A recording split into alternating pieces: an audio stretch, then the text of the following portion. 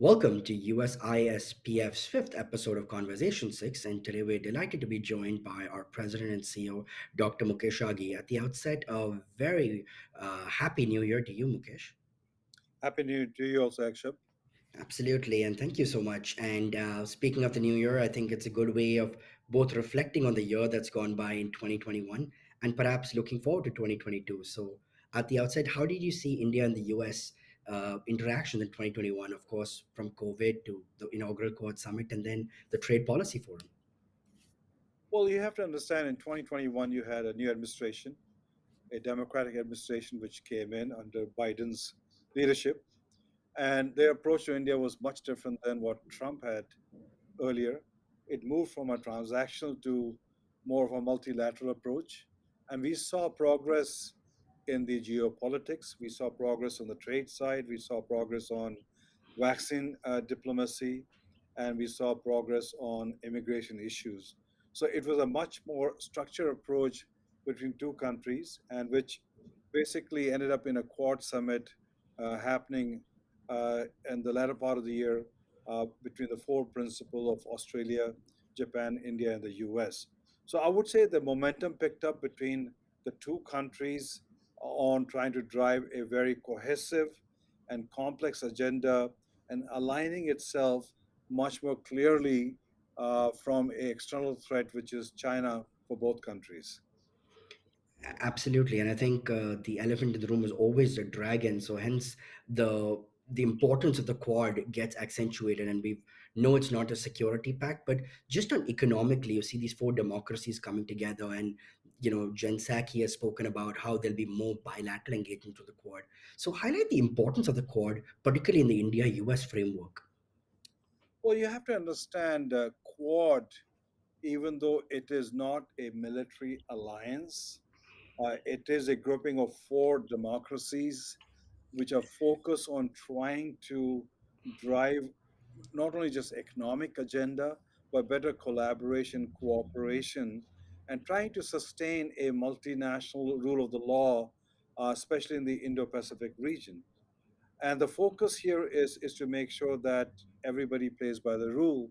But you do have a emerging China, a assertive China, which does not believe in the current rule of the law.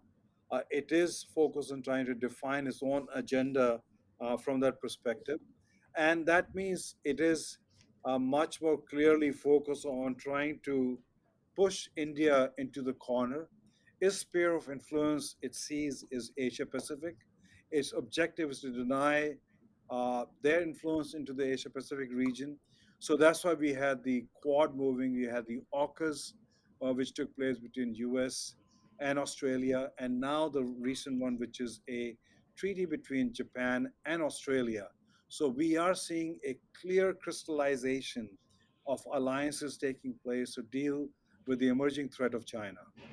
Yeah, absolutely. And I think the larger framework of the Quad has seen these smaller partnerships. And speaking of partnerships, the most important part of the India-US partnership has been trade. And we saw the resumption of the Trade Policy Forum after hiatus of 4 years. So that's great news for these $2 trillion plus economies. And we've seen some progress from that with India is going to export mangoes and pomegranates, US with alfalfa, hay, and cherries. So there's this progress that's already happening within a short framework, isn't it, from on the trade side? No, I think the Trade Policy Forum gives a platform in a structured manner to bring any open issues, disputes, and potential opportunities to the table. It is not one off. It is, again, as I said, it's a platform which both countries have worked together. So we will see positive movement going in that direction.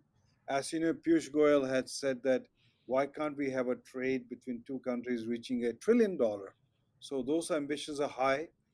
Obviously, uh, the on the U.S. side at the moment, we don't see much interest on the FTA, but India is keen to explore that, if nothing else, under the Quad umbrella itself.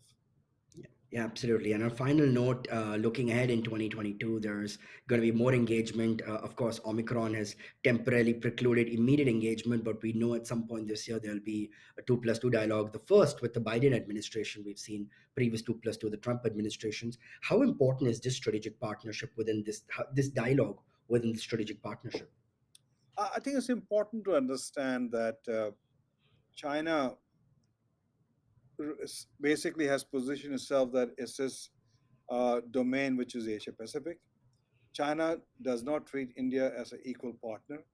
And India at the moment needs space to have its economic development, to build its own armed forces. And that's where it needs partnership, not only just with the US, but also with Japan, Australia, and other democracies. So it is important that the summit which takes place is going to be important and is going to basically help India position itself much better across Asia Pacific region. So over to you, Akshay. Thank you so much, Dr. Agi. Really appreciate these insights and stay warm and well. And we look forward to more engagement in 2022. Thank you very much, and I wish you and your family a very healthy and happy 2022.